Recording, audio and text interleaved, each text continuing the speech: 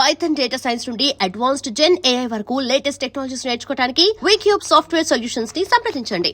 మధు గారు, మీరు ఇద్దరు కలిసి ఉండడం స్టార్ట్ చేశాక మీలో ఉన్న మార్పులు ఏం చూసారు మీ జర్నీ? అంటే ఏ ఒంటరితనంతో నేను బాధపడ్డాను, ఏ ప్రేమ తక్కువై నేను సఫర్ అయ్యాను. మీకు కూడా ప్రేమ తక్కువైంది ఇంట్లో? మరి ఇద్దరు వేరే వేరేగా, ఒకళ్ళు ఫారెన్ లో ఒకళ్ళు ఇండియాలో ఉంటే ప్రేమ తక్కువ ఉంటుంది. వైఫ్ అండ్ హస్బెండ్ అంటే దగ్గరగా ఉంటాయి కదా బాండ్ అనేది. అంటే లాంగ్ డిస్టెన్స్ లవ్ స్టోరీస్ అని ఇప్పుడు రీసెంట్ గా బాగా వైరల్. నాకు అలాంటివి నచ్చవు. కొంతమంది ఒక్కొక్క స్టోరీస్ నచ్చుతారు. మీకు లాంగ్ డిస్టెన్స్ స్టోరీస్ నచ్చవు. స్టోరీ లేదు. నాకు మాత్రం నా పక్కనే హస్బెండ్ ఉండాలనే ఫీలింగ్ తో ఉన్న అమ్మాయి నేనైతే మొదటి నుంచి ఉన్నాను. సో నాకు ఏ రోజైతే నేను శ్రీనివాస్ గారితో నా లైఫ్ స్టార్ట్ చేస్తానో, నా జర్నీ, అప్పటి నుంచి నాకు హ్యాపీనెస్ కానీ, మీరు అన్నట్టు నా ఒంటరితనం పోయి నాకు అంటూ ఒక తోడు దొరికింది. హ్యాపీగా ఉన్నాను. నన్ను వదిలి ఏ రోజు కూడా ఎక్కడికి ఇంతవరకు ఈ 4 years లో ఎప్పుడు ఎక్కడికి పోలేదు. ఎప్పుడు నాతోనే ఉంటారు. ఎక్కడికి వెళ్ళినా ఇద్దరం కలిసే ట్రావెల్ చేస్తాం. ఏ పనైనా ఇద్దరం కలిసే చేస్తాం. ఈవెన్ ఎలక్షన్ క్యాంపైనింగ్ కానీ ఎక్కడికి వెళ్ళాలని అన్ని ఇద్దరం కలిసే చేస్తాం. నాకు చాలా హ్యాపీగా ఉంది. నేను కోరుకున్న జీవితం నాకు దొరికినట్టు అనిపిస్తుంది. మీ ఇద్దరి మధ్యన హ్యాపీగా ఉండొచ్చు, కానీ సొసైటీ కానీ లేకపోతే మీరు మిమ్మల్ని నమ్మి ఓట్లు వేయడానికి కానీ, లేకపోతే ఎవరైతే జనాలు ఉన్నారో వాళ్ళ మాటలను మీరు పట్టించుకుంటారా? సొసైటీకి మా వల్ల వచ్చిన ఇబ్బంది ఏంటి నాకు అర్థం కాదు. అంటే మీరు ఏం చూపిద్దామని అనుకుంటున్నారు? ఏం చూపిద్దాం? ఒక హస్బెండ్ తో డిఫరెంట్ ఒక అమ్మాయి, ఒక వైఫ్ తో డిఫరెంట్ అబ్బాయి కలిసి ఇంకొక పెళ్లి చేసుకుంటున్నాం. దానికి ఇంకేం చూపించాలనుకుంటున్నారు ఎవరైనా? దీంట్లో ఏం చూపిద్దాం అని మీరు అనుకుంటున్నారు? ఎందుకు మీరందరికీ మీకు ఇది నెగిటివ్ కనిపిస్తోంది? నాకు నా హస్బెండ్ తో డిఫరెన్సెస్ ఉన్నాయి, ఇతనికి ఈమె వైఫ్ తో డిఫరెన్సెస్ ఉన్నాయి. సో మా ఇద్దరం కలిపి ఒకటయ్యాం. దానిలో తప్పే ఉంది. ఎంతమంది సెకండ్ మ్యారేజ్ చేసుకోవట్లేదు? 3-4 పెళ్లిళ్ళు చేసుకుంటున్నారు. మేము 2వ పెళ్లి చేసుకున్నాం. దీంట్లో ఎందుకు అంత చెప్పకుండా చేసుకుంటున్నారు? 3 పెళ్లిళ్ళు 4 పెళ్లిళ్ళు చేసుకుంటున్నారు. పెళ్లిలో ఒక ప్రెగ్నెంట్లు చేస్తున్నారు, పిల్లల్ని కనేస్తున్నారు, వదిలేస్తున్నారు, వీధిని పడేస్తున్నారు. మేము అవేమీ చేయలేదు. మాకు డిఫరెన్సెస్ ఉన్నాయి, వీళ్ళకి డిఫరెన్స్ ఉన్నాయి. మా పబ్లిక్ చెప్పాం, మా ప్రజలకు చెప్పాం, మా ప్రజలకు చెప్పే మేము మొన్న ఎలక్షన్ చేసాం. ఎలక్షన్ లో నేనే దగ్గరుండి చేశాను. వాళ్ళకి అన్ని నా గురించి తెలుసు. మా ఇద్దరిని దగ్గరుండి చేసాం. మా పిల్లల్ని చూసుకున్నాం. వీళ్ళ పిల్లలు పెళ్లి చేస్తారు, వీళ్ళ పిల్లలు సెటిల్మెంట్లు చదివించుకున్నాం. మేము గాలికి వదిలేదు కుటుంబాలకి. వీళ్ళ కుటుంబానికి ఆస్తి మొత్తం ఇచ్చేస్తున్నాడు, రోడ్డు మీదకి వచ్చారు. నేను నా తల్లిదండ్రుల ఆస్తితో నేను ఉన్నాను. నేను హస్బెండ్ నుంచి ఇంతవరకు నేను 1 రూపాయి కూడా నేను తీసుకోలేదు ఇంతవరకు. నేను నా పిల్లలకి కానీ నాకు కానీ, నా పేరెంట్స్ నాకు ఏమైతే నాకు ఆస్తి నాకు వచ్చిందో ఆ యాన్సిస్ట్రల్ ప్రాపర్టీస్ మాత్రమే నేను నాకుతో పెట్టుకున్నాను. మీ ఎవరికి మేము ఏం బాధ పట్టుకున్నా, ఎవరికి ఎందుకు మేమేం దీనివల్ల ఎవరై సఫర్ అయ్యేది ఏముంది? తిరిగి పైగా మా కార్యకర్తలు, మా ప్రజలు మీరు వచ్చి మైక్ పెట్టండి, చాలా చాలా హ్యాపీగా ఉన్నారు. ఎందుకంటే శ్రీనివాస్ గారి ఇంటికి వెళ్ళినప్పుడు ఏదైతే వాళ్ళకి లోటు ఉండేదో, అంటే వాణి సరిగ్గా చూసుకునేది కాదు, ఈవెన్ మంచినీళ్ళు కూడా ఇచ్చేది కాదు. హస్బెండ్కే చూడదు ఆమె, ప్రజలకి ఏం చూస్తుంది. ఇప్పుడు అదేమీ లేదు. నేను ప్రతి ఒక్క కార్యకర్తకి బాగా చూసుకుంటానని వాళ్ళకి నమ్మకం కలిగి నా దగ్గర రావడం స్టార్ట్ చేశారు. నాతో ట్రావెల్ చేస్తున్నారు, నన్ను అభిమానిస్తున్నారు, ఆదరిస్తున్నారు, నన్ను అమ్మలాగా చూసుకుంటున్నారు అందరూ కూడా. ఇప్పుడు 22లో ఈ గొడవ స్టార్ట్ అయింది. 24లో నేను ఎమ్మెల్యే పోటీ చేశాను. నా మీద పోటీ చేసి గెలిచినటువంటి అచ్చెన్నాయుడు రాష్ట్ర తెలుగుదేశం పార్టీ అధ్యక్షుడు ఎన్నికల ముందు ఏం చెప్పాడు? రాష్ట్రంలో హైయెస్ట్ మెజారిటీ నాదే, అబౌట్ 70,000 ఓట్స్ అన్నాడు. నిజానికి కూటమి ప్రభుత్వంలో ఎవడు నామినేషన్ వేసినా 40,000, 50,000, 60,000తో గెలిచారు. మా జిల్లాలోనే 4 ఎమ్మెల్యేలు కొత్తోళ్ళు, మొక్కం తెలియనోళ్ళు కూడా, ధర్మాన ప్రసాద్ లాంటి వ్యక్తి మీద కూడా 3 రోజుల ముందు వచ్చి నామినేషన్ వేసి 54,000 మెజార్టీతో గెలిచాడు. మరి అచ్చెన్నాయుడు ఎంతో గెలవాలి? కనీసం 70తో గెలవాలి కదా. 30, నా 73,000 ఓట్లు. ఇవన్నీ తెలిసి ప్రజలు నాకెందుకు ఇంకా నైతికంగా బలంగానే ఉంచారు. నైతికంగా అచ్చెన్నాయుడు ఓడిపోయినట్టే. కిందోళ్ళందరికి ఒక్క 15 రోజుల ముందు వచ్చిన వాళ్ళందరికి కూడా 40,000, 50,000 మెజారిటీలు వచ్చి, నీకేం 30,000? అంటే ప్రజలే 1,000 వ్యతిరేకించుంటే అచ్చెన్నాయుడికి 70,000 రావాలి కదా. ఇంత వేవ్ లో కూడా అచ్చెన్నాయుడు అతి తక్కువ ఓట్ల తేడాతో గెలిచాడు కదా. సో నేను గతసారి ఎంపీకి పోయినా 3,100 తేడా నాది. వాళ్ళకి మాకు ఎప్పుడు వెరీ లెస్ మార్జిన్, 3,000, 3,500. సో వీడు ఇలాంటోడు సంఘ వ్యతిరేకమైన పని చేసాడు, కొట్టండి అనుకుంటే నాకు 20-30,000 ఓట్లకి తగ్గి కుదించేసి ఆయనకు 1,00,000 మెజారిటీ ఇవ్వచ్చు. అది జరగల ఇంత వేవ్ లో కూడా. అదే మాకు ప్రజల్లో. అయినా పర్సనల్ లైఫ్ ని ప్రైవేట్ లైఫ్ కి ఏంటి సంబంధం అండి? ఇది మా ఫ్యామిలీస్ మధ్యలో ఉన్న డిస్టర్బెన్సెస్ తో మేము ఒకటే. పర్సనల్ లైఫ్ ప్రైవేట్ రహస్యంగా ఉంటూ అబద్ధాలు ఎవడైతే ఆడతాడో వాడు దొంగ. పర్సనల్ లైఫ్ ను ఓపెన్ గా తెరచిన పుస్తకంలో జనం ముందు చెప్పేస్తే దొంగలు ఎలా అవుతాం మేము? వాస్తవం చెప్పిన వాళ్ళు అవుతాం. ప్రజలే గుర్తించారు, ప్రజలే గౌరవిస్తున్నారు. ఈ రోజు మాకున్న గౌరవం పెరిగింది సమాజంలో. ప్రతి ఒక్కళ్ళు ఎక్కడ చూసినా సార్ ఒక సెల్ఫీ అంటారు. కార్లను ఓవర్టేక్ చేసుకుని పరిగెట్టుగా స్పీడ్గా వచ్చి ఫోటో కావాలని అడుగుతున్నారు. డాక్టర్స్, ఇంజనీర్లు, పెద్ద పెద్ద ఎంప్లాయీస్, ఉన్నత స్థాయి వాళ్ళు, పోలీస్ ఆఫీసర్స్, పెద్ద పెద్దోళ్ళు కూడా. ఒక పెద్ద ఆఫీసర్ అయితే మొన్న చేయి తీసుకొని గుండె మీదలో పెట్టుకొని పెద్దగా ఊపిరి తీసాడు. ఏం సార్ ఏంటి అంత ఎమోషన్ అవుతున్నారు ఏంటంటే, మీరంటే నాకు ఇష్టం సార్. ఆయన ఏం అర్థం చేసుకున్నారు? పెద్ద ఆఫీసర్. ఇంకా చాలా మంది పేర్లు చెప్పకూడదు. వాళ్ళు ఏం అర్థం చేసుకున్నారు? ప్రతి ఒక్క జీవితంలో కూడా కథ ఉంది. ఆ కథ చాలా మంది చెప్పలేక భరిస్తున్నారు. మేము చెప్తాం. ఇప్పుడు మీరు ఇన్స్పిరేషన్ అంటారు, చాలా మందికి ఇన్స్పిరేషన్. ధైర్యంగా బతకండి. ఆవేశం ఎలా వస్తుంది? వాళ్ళ కళ్ళల్లో ఆర్ద్రత ఎలా వచ్చింది? ఆ సంతోషం ఎలా వచ్చింది? 1600 ఉన్నటువంటి యూట్యూబ్ మా ఫాలోవర్స్ ఈ రోజు 1,00,000 దాటారు. 1,45,00,000 వ్యూవర్షిప్ ఎలా వచ్చింది? ఇదంతా ఎక్కడి నుంచి వచ్చింది? అభిమానంతో వస్తుంది. అభిమానమా కాంట్రవర్సీ అంటారు? కాంట్రవర్సీ ఎందుకు రావాలంత?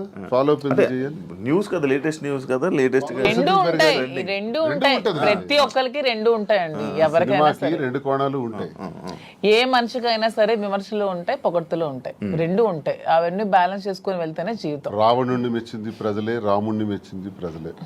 రెండు ప్రజలే. మీకు రావణుడు ఇష్టం ఉండొచ్చు, నాకు రావణాసుడు అంటే ఇష్టం. ఎవరి లైఫ్ స్టైల్ వాళ్ళది. నాకు రావణాసుడు హీరో, నేను హీరోగా చూస్తాను. సార్కి రాముడు అంటే హీరో. అది ఎవరి ఇష్టం వాళ్ళది. ఆయన ఎలా చూస్తున్నారు? రావుడు అనుకుంటున్నారు, రావణాసుడు? నేను డిఎస్ఏ అనుకున్నాను. డిఎస్ కి ఒక బ్రాండ్ ఉంది, దువ్వాడ శ్రీనివాస్ అంటే ఒక బ్రాండ్. ఎవరితో కంపేర్ చేయను. ఈ స్పెషల్ అంటే. సార్ మీ బిజినెస్ అన్ని వదిలేసారా? వదిలేదు, అన్ని లాగేసుకున్నారు. మేమేం బిజినెస్ వదిలేదు. మైన్స్ నాది 25 years నుంచి మైన్స్ కంపెనీ. ఎప్పుడు మైన్స్ ప్రపంచ స్థాయిలో కూడా ఐకాన్ బ్రౌన్ గ్రానైట్ ఓనర్ గా మంచి పేరు ప్రఖ్యాతులు సంపాదించాం. మైన్స్ లో బాగా పీక్స్ కి వెళ్ళాను. ఈ గవర్నమెంట్ ఉంటే ఒకలాగా, లేకపోతే రిజల్ట్ రోజు ఈవినింగ్ లాగేసుకున్నాం. 4వ తారీఖు ఎన్నికల ఫలితాలు వచ్చాయంటే ఆ సాయంత్రం కల్లా నా మైన్ ఒక్కసారి కొట్టి పంపించేశారు. ఈ రోజు వరకు పర్మిట్స్ ఇవ్వట్లా. 61 కోట్లు లాస్ సడన్ గా గవర్నమెంట్. ఈ శారీ స్టోర్ అనేది ఓపెన్ చేస్తున్నాం. ఫస్ట్ బ్రాంచ్ మదీనాగూడలో స్టార్ట్ చేస్తున్నాం. With in 3 months Jubilee hills లో స్టార్ట్ చేస్తాం. విత్ ఇన్ ఇంకొంచెం రోజుల్లో ఇంకొక 4-5 బ్రాంచెస్ కూడా ఎస్టాబ్లిష్ చేయాలన్న ఆలోచనతోనే ఉన్నాం. అంతేగాని శారీస్ బిజినెస్ అనేది తక్కువగా చూడండి. చూడడానికి కాదు, అంటే ఒక మంచి గ్రేట్ లీడర్ శ్రీకాకుళంలో, మంచి దువ్వాడ శ్రీని గారు అంటే మంచి నేమ్ ఉంది. అంత లీడర్లా ఉండేవాళ్ళు. ఆయన నోట్లో నుంచి ఎప్పుడు లైక్ జనాల దగ్గరికి వెళ్ళి అవి ఇవి వినేవాడు. కాకపోతే మైనింగ్ కంపెనీ బిజినెస్ చేసేవారు, ఒక మంచి బిజినెస్ మ్యాన్ అనుకునే వాళ్ళం. కానీ అలాంటి ఆయనతో నోట్లో నుంచి మేము ఇలా శారీ బిజినెస్ చేయబోతున్నాం ఇలా చెప్తుంటుంటే ఎలా ఉండే ఆయన్ని ఎలా చేశారు? ఎలా ఉండే ఆయన ఎలా చేయడం? బిజినెస్ అనేది ఏదైనా బిజినెస్. అది ఏదైనా చిన్న ప్రొడక్ట్ అయినా పెద్ద ప్రొడక్ట్ అయినా బిజినెస్ అనేది బిజినెస్ కింద క్యాలిక్యులేట్ చేయాలి. అది చీర, జాకెట్టా, లేకపోతే ఇంకేంటా అని చూడకూడదు. బిజినెస్. నాకు దీంట్లో ఇంట్రెస్ట్ ఉంది. ఇంతవరకు మైండ్స్ లో అతనికి ఇంట్రెస్ట్ ఉంది. మైండ్స్ వల్ల కోల్పోయాం. సో నా ఇంట్రెస్ట్ ఒకసారి వచ్చి చూడండి, చేద్దాం. మీకు తనకి ప్రజలే ఇష్టం, తనకి ప్రజాజీవితం ఇష్టం. ఇది కూడా ప్రజలకు లింకప్ అయ్యేది. మా కింద ఒక 100 మంది పనిచేస్తారు. మా ప్రజా సంబంధాలు ఇంకొంచెం బాగుంటాయి. ఇంకొంచెం మనకి పీపుల్ తో బాండింగ్ పెరుగుతుంది. వాళ్ళు కూడా మనం తక్కువ ప్రైస్ కి ఇస్తే, ఓకే శ్రీనివాస్ గారు మౌజీ దగ్గరికి వస్తే మనకు తక్కువ ప్రైస్ కి శారీ వస్తుందని గుడ్ విల్ మనకు వస్తే చాలు, కోట్లు సంపాదించాల్సిన అవసరం లేదనే ఉద్దేశంతో శారీ స్టోర్ ఓపెన్ చేస్తాం. ఓకే, అంటే ఈ బిజినెస్ కి దువ్వాడ గారు 3-4 కోట్లు ఎంతో ఇచ్చారు. ఆయన డబ్బులు ఇచ్చి బిజినెస్ కోసం శ్రీనివాస్ గారు ఎవరేమనుకున్నా నాకు అనవసరం. శ్రీనివాస్ గారు అన్ని ఆస్తులు వానికి రాసి ఇచ్చేసి వచ్చేసారు. With empty hands he came out. అక్కడి నుంచి మా లైఫ్ ని మళ్ళీ మేము ప్రారంభించుకున్నాం. దీనికోసం మా పేరెంట్స్ ఇచ్చిన ప్రాపర్టీస్ మాత్రమే నేను సేల్ చేసి బిజినెస్ లో పెడుతున్నాను. అలానే నాది వేరు, శ్రీనివాస్ గారు వేరు అని మాకు లేదు. మీరు అడిగిన క్వశ్చన్ కి ఆన్సర్ చెప్పాం. మా ఇద్దరు తన దగ్గర ఎన్ని కోట్లున్నా నాకు ఇస్తారు. ప్రెసెంట్ లేవు, లాగేసుకున్నారు అందరూ. ఉంటే నాకు ఇస్తారు ఖచ్చితంగా. సో నా దగ్గర ఉన్న ప్రతిదీ అతనిదే. మా ఇద్దరి మధ్యలో నీది నాది అనే తేడా లేదు. అయినా మా ఇద్దరు ఇప్పుడు మొగుడు పల్లాలి. మా ఇద్దరికి నాదైనా ఒకటి, అతనిదైనా ఒకటి. ఎవరికి సంబంధం లేదు. ఎవరు డబ్బులు పెడితే మీకేంటి ప్రాబ్లం? మీ బిజినెస్ చేస్తున్నావా, మంచి ప్రొడక్ట్ అందిస్తున్నావా అనేది మీరు చూడండి. డబ్బు గురించి ఆయనకి దగ్గర అయ్యారని కూడా టాక్. అది ఫేక్ అదే చెప్తున్నాను కదా. మీరు కావాలంటే అన్ని మొత్తం డాక్యుమెంట్స్ అవన్నీ వెనక్కి వెళ్ళి తీసుకోండి. ఆస్తులన్నీ రాసిచ్చి తను చెప్తున్నా 0 బ్యాంక్ బ్యాలెన్స్ తో వచ్చారు నా దగ్గరికి. అందుకే నేను అంటున్నాను, మా బంధం మీరు ఎన్ని కామెంట్ చేసుకున్నా మాది 100% ప్యూర్ లవ్. ఎందుకంటే నేను అతని నుంచి ఏది ఆశించలేదు, ₹1 ఆశించలేదు. అతను పదవిలో లేరు, నేను పదవిని ఆశించడానికి, అతను డబ్బులు లేవు, డబ్బు ఆశించడానికి, ఏమి ఆశించుకున్నా 100% అతని మనసు, అతని వ్యక్తిత్వం, అతని హానెస్టీ, అతని హంబుల్నెస్ ఇవే చూసి నేను ఇష్టపడ్డాను. దాంతోనే ఇప్పుడు కలిసి ఉన్నాం. అతని దగ్గర ఏ ఆస్తులు లేవు, అన్ని బాణీకి ఇచ్చేసి వచ్చేసాను. ఇటీవల కాలంలో ఒక 2 కోట్ల రూపాయలు విలువైన 2.5 కోట్ల విలువైనటువంటి ఒక అసెట్ విశాఖపట్నంలో అమ్మారు అతను. అలాగే శ్రీకాకుళంలో కూడా కొన్ని ల్యాండ్స్ అమ్మారు. అమ్మి ఈ డబ్బులన్నీ కూడా అక్యుములేట్ చేసి ఈ బిజినెస్ లో మా ఫాదర్ నాకు ఇచ్చిన ప్రాపర్టీస్ అన్ని నేను ఇప్పుడు అమ్మేశాను. ఎప్పటి నుంచో మా ఫాదర్ నాకు ఇచ్చే 2009 నుంచి అవి నా పేరు మీద ఉన్నవి.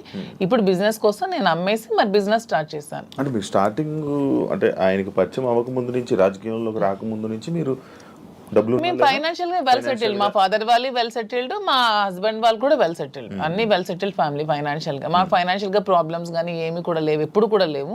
వెల్ సెటిల్డ్ ఫ్యామిలీనే. ఇప్పుడు వీటి కోసం మేము ఆస్తులు అమ్మాల్సి వచ్చింది, లేకపోతే ఆస్తులు అమ్మాల్సిన అవసరం కూడా లేదు. ఎందుకంటే ఎలక్షన్ లో ఉన్న డబ్బులు కొంచెం ఉంటే అవి కూడా కోల్పోయాను. మా ఇద్దరు ఉండడానికి ఇల్లు కూడా కట్టుకున్నాం, దానికోసం కొంచెం డబ్బులు పట్టవలసి వచ్చింది. సో ఇప్పుడు మళ్ళీ బిజినెస్ స్టార్ట్ చేయడానికి ఈ ప్రాపర్టీస్ అమ్మాల్సి వచ్చింది. లైక్ అంటే ఈ కామెంట్స్ రావడానికి గల రీజన్స్ ఏంటంటే, మీరు అది కొన్ని వీడియోస్ మీ డ్యాన్స్ చేసి సంబంధించిన వీడియోస్ కొన్ని సోషల్ మీడియాలో వైరల్ అవ్వడం జరుగుతుంది. అది మీరేనా? అది ఇప్పటికీ చెప్తున్నాను, అది నేను కాదు. అసలు ఆ మనిషి కూడా నా అలాగ లేదు. అది ఎందుకు ఎవరికి అనిపించిందో, ఎవరికి పెట్టాలనిపించిందో కావాలనే కూటమి ప్రభుత్వం వాళ్ళే ఖచ్చితంగా దీన్ని ఈ పిల్ల సైనికులు ఉంటారు కదా బచ్చాగాళ్ళు, ఆ బచ్చాగాళ్ళు ఈ కొంతమంది కలిపి ఐటీడీపీ అని ఇదొన్న పేజ్లో పెట్టి అనవసరంగా ట్రోల్ చేశారు. అలానే డాన్స్ చేసే అమ్మాయిని నేనేం కామెంట్ చేయట్లేదు. నాకు రికార్డింగ్ డాన్స్లు, నాకు స్టేజ్ల మీద డాన్స్ చేసుకోవాల్సిన అవసరం నాకైతే ఎప్పుడూ లేదు. ఎనీబడి కెన్ ప్రూవ్ చేసుకోండి. సార్ అప్పుడే చెప్పారు, ప్రూవ్ చేసుకుంటే నేను 1 crore rupees వాళ్ళకి గిఫ్ట్ ఇస్తానని మొన్న ఛానల్లో కూడా. నాకు అవసరం లేదు. అలానే నేను ఒకటే చెప్తున్నాను, ఎవరు బ్రతుకుతారు కోసం వాళ్ళు చేసుకుంటారు. ఇదే డాన్స్ స్టేజ్ మీద పబ్లిక్ గా బట్టలు ఇప్పి చేస్తున్నారు, వాళ్ళేమో హీరోయిన్లు అంటున్నారు. స్టేజ్ మీద చేస్తే స్టేజ్ రికార్డింగ్ డాన్సర్లు అన్నారు, నానా రకాల పేరు పడుతున్నారు. నేను ఎవరు అమ్మాయిని కామెంట్ చేయట్లేదు. నాకైతే మీరు వెళ్ళి మా ప్లేస్ లో ఎంక్వైరీ చేసుకోండి, నేను పుట్టిన ప్లేస్ లో, మా అత్తగారి ప్లేస్ లో. ఈ విమర్శలు చేసేవాళ్ళు ఎవరైనా ఆ అమ్మాయి మాధురి అని ప్రూవ్ చేస్తే 1 crore ఇస్తాం. ఒకవేళ వాళ్ళు ప్రూవ్ చేయలేకపోతే వాళ్ళు సరెండర్ అవుతామంటే అమ్మాయి ఎవరో కూడా మేమే తెచ్చి పెడతాం. ఎందుకు అమ్మాయిని బయటకు లాగాలి, పెళ్లి చేసుకుని హ్యాపీగా ఉంది కాబట్టి. మాకు అమ్మాయి తెలుసు, అది ఏ రికార్డింగ్ డాన్స్ ట్రూపో కూడా తెలుసు. కానీ అలాగ అమ్మాయినే మాధురి అని చూపించిన వాళ్ళకి నేను అంటున్నది 1 crore మీకు బహుమానం కింద ఇస్తాను, దయచేసి అది ప్రూవ్ చేయండి అంటున్నాను. అంటే ఎందుకు అలా ట్రోల్ చేయాల్సిన అవసరం ఏముందో నాకు అర్థం కాదు. అలా చేస్తే ఏమొస్తుంది? అంటే ఇప్పుడు మాధురికి నాకు మేము ఒక మనసుతో ఉన్నాం కదా, మరి అలా చేస్తే ఏమొస్తుంది మీకు? ఎవడా చేసేవాడు? రికార్డింగ్ డాన్స్ చేసే అమ్మాయిని పెళ్లి చేసుకుని, రికార్డింగ్ డాన్స్ అమ్మాయిని ఓవర్సీని పెళ్లి చేసుకుని నీకేంటి నొప్పి? పెట్టినోడికి ఏంటి నొప్పి? అలాగైతే మీరు డాన్స్ చేసి మీరే ఒప్పుకున్నట్టు. నేను కాదు కదా, నేను ఒప్పుకోవడానికి అమ్మాయి నేను కాదు. నేనైతే నిజంగా నేను ఒప్పుకుంటాను. I'm very bold and straight forward. నేను ఒప్పుకుంటాను. If it is me I will agree. నేనే అదా, నేను డాన్స్ చేసిన వీడియోస్ చాలా ఉన్నాయి, నేను పెట్టుకుంటున్నాను కదా. నేను చేసి నేనే పెట్టుకుంటాను. నేను అది కానప్పుడు నేను ఎలా ఒప్పుకుంటాను? అలానే అదే అంటున్నాను, ఒకవేళ డాన్స్ చేసిన అమ్మాయినే దువ్వాసం చేసుకుంటే మీకేంటి పెయిన్? అమ్మాయి మాత్రం అమ్మాయి కాదా, ఆడపిల్ల కాదా? ఎందుకు అంత ట్రోల్ చేయాల్సిన అవసరం ఏముంది? అంత నెగిటివిటీ స్ప్రెడ్ చేయాల్సిన అవసరం ఏముందని అడుగుతున్నాను నేను. ఒకవేళ ఆ అమ్మాయే మాధురి అని ప్రూవ్ చేయాలనుకుంటే 1 crore బహుమతి ఇస్తాం, తీసుకురండి అంటున్నాం. ఎవరైతే వచ్చారో వాళ్ళకి. అంటే ఇప్పుడంటే ఏ జనరేషన్ వచ్చేసింది, ఫేస్లు మార్పిడి ఇది ఇదే. ఆ వీడియో చూస్తే అప్పుడెప్పుడు 2003 2000 వయసు ఎంత తెలుసు?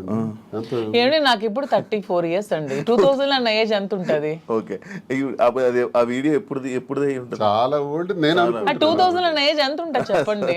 2005 లో నేను 10th.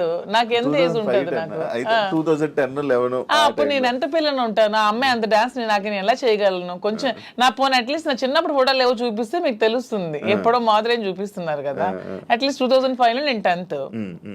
పోనీ అప్పుడు నాతో చదువుకున్న వాళ్ళకి తెలుస్తుంది కదా. ఏదో మీలాంటి వాళ్ళు నమ్మాలి, ఎవరు తెలియని వాళ్ళు. తెలిసిన వాళ్ళకి ఏంటో తెలుసు. చెప్తున్నా అంటే మీరు చూస్తే ఎలా అనిపిస్తుంది? అలాగే నాకెక్కడ అనిపించట్లేదు, మా వాళ్ళకి ఎవరికి అనిపించట్లేదు. మీకు ఎలా అనిపిస్తుందేమో మరి, మాకైతే తెలియదు. మా అందరికీ తెలుసు, ఎవరు మా జిల్లా అందరికీ తెలుసు అది నేను కాదని. ఇంక మిగతా వాళ్ళు నమ్మితే నమ్మొచ్చేమో కానీ ప్రతి ఒక్కరికి తెలుసు. ఇంక నమ్మినా నమ్మకపోయినా పర్వాలేదు, నేను అనుకున్నా కూడా ఐ డోంట్ కేర్ అంటున్నాను. పోనీ అమ్మాయి కూడా డాన్స్ బాగా చేస్తుంది అనుకుంటే అనుకోండి, దానిలో ఐ డోంట్ కేర్.